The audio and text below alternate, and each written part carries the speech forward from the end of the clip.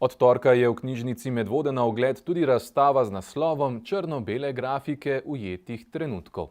Član fotosekcije Kuda Fofite, ljubiteljski fotograf Matevž Jekler, se predstavlja svojo drugo samostojno razstavo. Njegova hči Monika, prav tako članica Kuda Fofite, leda gledališke skupine, pa je 21 fotografij povezala s svojimi pisnimi razmišljanji. Odprtje razstave, ki bo odprta le še 2 tedna, so z glasbo dopolnili sorški orgličarji. Tokratna razstava z naslovom Črno-bele grafike ujetih trenutkov je za ljubiteljskega fotografa Matevža Jeklerja po številnih skupinskih razstavah skupaj z ostalimi člani fotosekcije Kuda Fofite šele druga samostojna fotografska razstava. In kaj torej pomeni tokratno vabilo na fotografsko razstavo črno-belih grafik? Ja, to pomeni, da se tudi z fotografije, kot vidite, da narediti neke grafike, ki so dejansko zelo lahko podobne risbi z ogljem ali svinčnikom. Naučil me je predvsem Boris Primožič, naš mentor fotografije, seveda prvi nas je navdušil, vsaj mene, tudi s črno-belo fotografijo, potem pa je to korak dlje, nekako z malo muke, z malo potrpljenja in seveda s pomočjo mentorja sva prišla do teh rezultatov.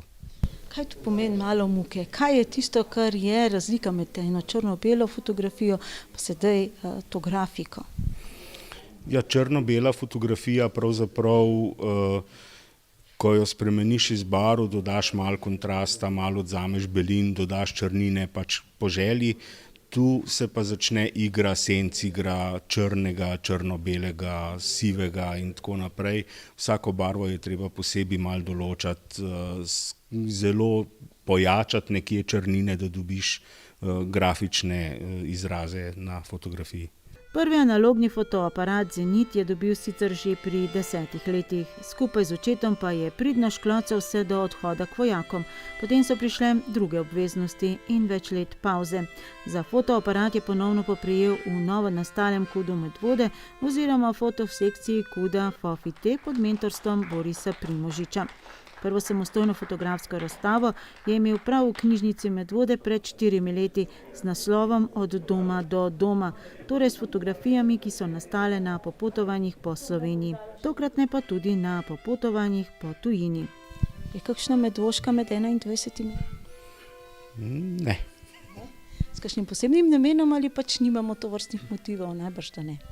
Ne, motivi bi se sigurno našli, ampak sem pač med temi izbranimi, imel sem jih v izboru kar nekaj, tako da sem se pač odločil za te. Ko se odpravite s fotoaparatom, v tem konkretnem primeru, ste šli s fotoaparatom prav z namenom, da nastanejo črno-bele grafike? Ne. To sem se odločil po kar nekaj tedenskem premisleku, zbiranju fotografij iz vseh 1000 fotografij, bom rekel, je treba pregledati in se potem odločiti, katera bi bila dobra v črno-beli in še potem nadaljevanje v grafiko. K sodelovanju je povabil tudi hči Moniko, naj k njegovim fotografijam napiše spremne tekste. Na začetku moram reči, da so mi bili teksti malce čudni, ne? Ampak ko jih prebereš in si pogledaš zraven fotografije, vidiš, da nekako pašajo zraven in je napisala odlične tekste. Ko je oče dejal, Monika, boš sodelovala, kakšna je bila tista prva misel? Imela sem čas, korona je bila, tako da sem rekla v redu. Umetnostno zgodovinarko Moniko Jekler iz preteklosti poznamo kot saksofonistko, aktivno članico Godbe Medvode, kot aktivno članico, tudi predsednico društva Kuda Fofite, predvsem kot odlično ljubiteljsko igralko in zadnje čase tudi kot aktivno soustvarjalko oddaje Ljubiteljska kuharija. Pa je oče vedel, da lahko od nje pričakuje tudi literarno ustvarjanje? Ne, se še sama nisem vedela. Jaz mislim, da je tako vsaka stvar odraz tistega trenutka in kako ga takrat doživljamo. Tako da pač ja, na nek način absolutno je odraz trenutka. Po drugi strani so pa neka splošna vprašanja, ki si jih ljudje vsak dan zastavljamo. Pa mogoče premalkrat to. 21 očetovih fotografij je povezala z razmišljanji, ki so se ji porajale ob njihovem ogledu in jih strnila v 7 besedil. Nastajali so pa, se pravi, sprot.